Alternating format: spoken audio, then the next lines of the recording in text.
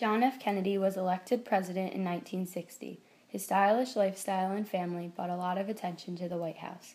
Kennedy had audacious goals for making America a better place and embraced the civil rights movement. As the use of television became more popular, so did Kennedy, who performed confidently in a debate against Nixon on live TV. Soon after JFK took office, he implemented a plan to overthrow Cuban dictator Fidel Castro. On April 7, 1961, an invasion force went into Cuba but was quickly defeated.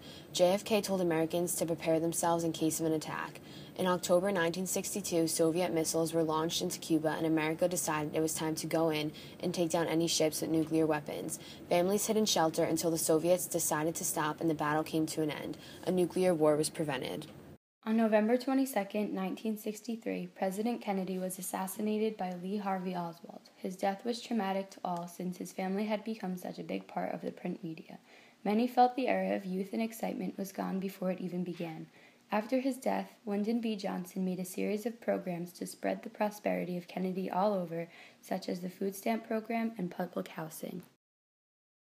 Between 1964 and 1968, the United States was trying to retain its independence from North Vietnam. Millions of Americans concluded that American forces were unable to secure even the largest cities of South Vietnam. Attitudes towards patriotism and supporting the nation changed in the 60s. Many soldiers were blamed for what had been done, and for the first time in American history, veterans faced discrimination. Many people were deeply involved in the civil rights movement, but one of the most powerful leaders of this time was Martin Luther King Jr. He fought for civil rights and equality, leading boycotts, sit-ins, and marches. His most famous action was giving his I Have a Dream speech. It showed his vision of a society where everyone was equal and not judged based on skin color. In 1968, he was assassinated and would not live on to see his dreams and visions eventually happen. Pop art was the most important form of art and was most closely related to the spirit within this time. Pop art was a mix of everything going on in pop culture and popular aspects of society. Optical illusion art differed with pop art and was abstract, whereas pop art was an American inspiration. Opt art was filled with geometric shapes and sharply contrasting colors to enhance the contrast. Many people during the 1960s shared the rejection of artistic styles and accepted the fact that the mass consumerism was an element of modern culture. For example, John Jasper was known for breaking down the distinction of sculptures and paintings, and Andy Warhol painted what he knew best, such as Campbell's soup, stamps, and dollar bills. Healthy food became an epidemic of the 1960s as younger people rejected processed foods. Many believed eating meat was linked to violence in the Vietnam War. The most popular food during the time was salad and soul food, such as collard greens, mashed potatoes, and turnips. Drugs were a big issue towards the end of the decade. With new movements and lifestyles, many people used drugs as a way to rebel against the mainstream society. LSD became very widespread and popular among hippies and rebels within this time. LSD was so big that acid test parties were held where guests were showered with drugs and experimented them. The Summer of Love was a time period during the counterculture movement that was associated with mind-altering drugs such as LSD and marijuana.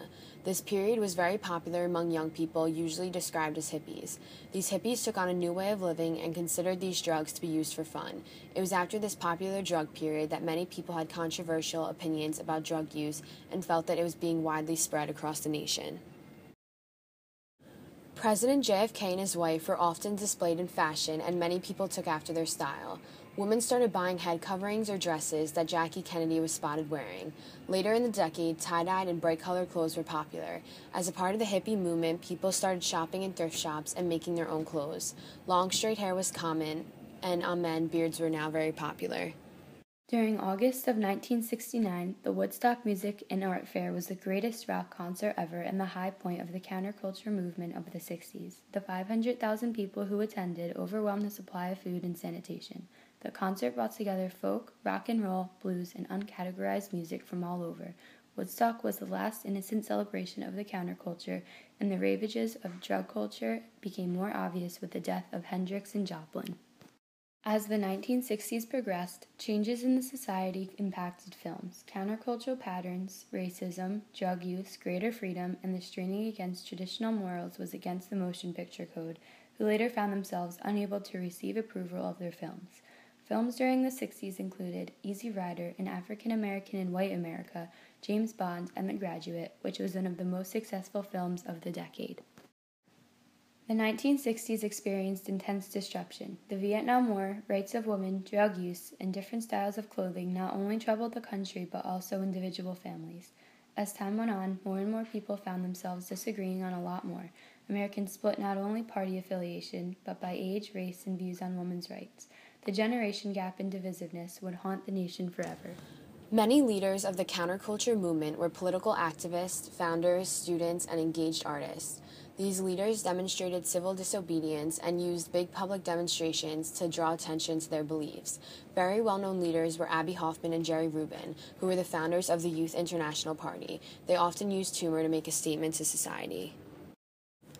Counterculture movements gave many young people a bigger desire for love, happiness, and peace. Hippies led sit-ins and protests to go against this idea of war. In 1967, hundreds marched to the Pentagon to protest against war.